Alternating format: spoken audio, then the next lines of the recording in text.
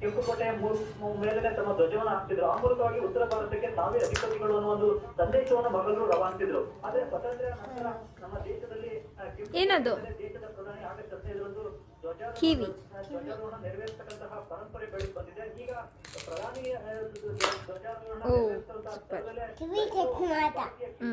ಧ್ವಜವನ್ನ ಹಾಕ್ತಿದ್ದಾರೆ.